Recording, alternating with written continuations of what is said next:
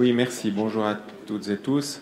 Oui, alors juste, la Fondation des Grangettes a été créée il y a 26 ans par Pronatura pour gérer les propriétés de Pronatura sur le site des Grangettes, particulièrement nature de Marais. Depuis 8 ans, elle a une convention signée avec l'État de Vaud pour gérer une grande partie du site des Grangettes. Voilà, alors, réserve naturelle ou site touristique. C'est vrai au début, il y a 25 ans, on aurait pu se poser la question, on aurait plutôt eu tendance à répondre pour le diapo de droite que vous voyez, parce qu'il y avait une très très forte pression des activités aquatiques sur le site des Grangettes. Voilà, juste une carte pour vous resituer bien que ça a été fait déjà depuis tout à l'heure, la réserve des Grangettes. Alors, la réserve des Grangettes, c'est une grande partie du haut lac, mais il y a des degrés de protection différents. La partie lacustre, c'est essentiellement une interdiction de la chasse et puis les activités soumises à des autorisations. Et puis des zones, on verra plus proches de la rive, interdites à toute activité nautique. Voilà, alors la réserve des Grangettes est un site Ramsar, est connu essentiellement, enfin d'abord pour ses oiseaux hivernants, donc qui viennent passer l'hiver un petit peu plus au chaud. Et aussi les oiseaux nicheurs, alors qui eux évidemment sont beaucoup plus impactés par les activités aquatiques qui se déroulent évidemment nettement moins en hiver.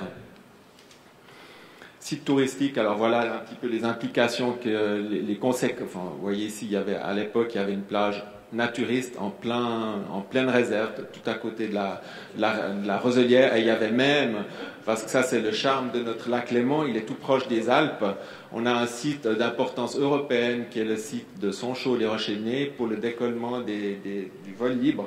Et il y en avait même les plus fortiches, ils arrivaient à se poser carrément au milieu de la réserve des Grangettes avec des deltaplanes.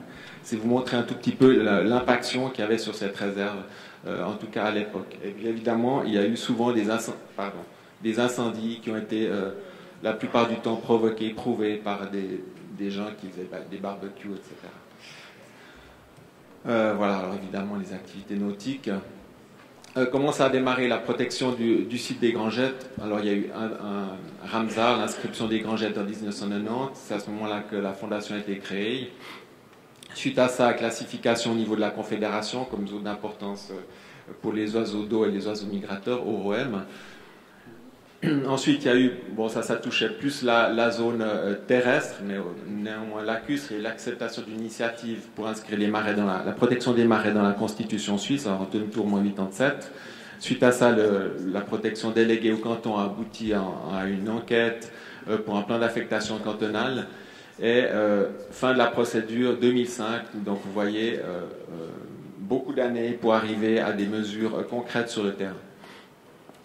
Voilà un tout petit peu plus proche la partie la plus protégée qui est le site marécageux que vous avez entouré ici en rouge. Qui comprend la zone de la benne lacustre, donc qui est une zone avec des herbiers, enfin qui est importante aussi pour le fonctionnement de tout cet écosystème des Grangettes. Et vous voyez ici en orange 3 zones qui sont complètement soustraites à la navigation et à toute activité nautique. Il y en existait déjà 2 au moment de la protection en 97, et suite à recours des associations, particulièrement Pronatura, on a réussi, on en demandait 2 supplémentaires. Toutes les zones de roselière, on voulait qu'elles soient protégées. On en a obtenu une sur les 2 qu'on demandait. Malgré ça, s'il y a eu plus de protection, il y a quand même il a fallu faire des concessions sur le site. Vous voyez ici qu'il y a un camping en plein milieu de la réserve, avec toute une zone de roselière qui, alors là, est pratiquement libre d'accès. Évidemment, on ne peut pas aller dans la roselière, mais enfin, les bateaux peuvent aller à 20 mètres des roseaux. Alors ça, c'est une concession qui a été faite au site touristique. Et une autre, c'est le maintien d'un port dans un ancien bras du Rhône qui s'appelle le Vieux-Rhône. À l'époque, ça n'a pas été remis en question vu que ça datait de très longtemps.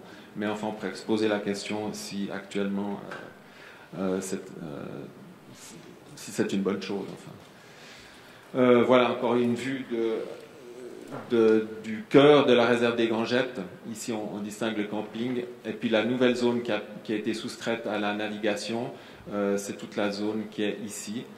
La photo que vous avez vue tout à l'heure avec le deltaplane, c'était ici. Donc vous voyez que c'était pas triste, il y avait vraiment des gens partout. Et il a été maintenu comme zone touristique, en fait, juste une plage communale ici. Et puis toute cette zone ici qui est libre d'accès avec le camping. Donc actuellement, je ne l'ai pas dit au début, mais c'est bon, pratiquement la grande majorité des zones des rives proches de l'état naturel du lac sont Grangettes. Sur les environ 4,5 km de rive des Grangettes, donc entre le Rhône et le Villeneuve, l'eau froide, il y a environ les 3/4 qui sont soustraits à toute activité humaine au niveau lacustre. Donc c'est une protection forte, mais nécessaire, et qui a eu des implications intéressantes. Bon, il a fallu baliser, évidemment, mettre des bouées ou des enrochements de protection, et canaliser l'activité nautique, comme vous avez vu tout à l'heure sur la photo aérienne, évidemment. Maintenant, un nouveau problème, c'est les paddles. Mais bon, comme là, toutes les activités sont interdites, ça permet d'intervenir aussi à l'encontre des paddles. Alors ça a des activités positives, dans le sens qu'il y a des nouvelles espèces d'oiseaux qui sont venus suite à ce regain de tranquillité. Ici vous avez le grèbe à cou noir qui n'avait jamais niché sur le lac Léman. Il y a 2 ans, il a commencé à nicher dans la nouvelle zone protégée. Ici, alors ça réjouit peut-être moins certains, mais le grand cormoran, il y a quelques années, s'est mis à nicher sur les arbres dans la zone aussi nouvellement protégée.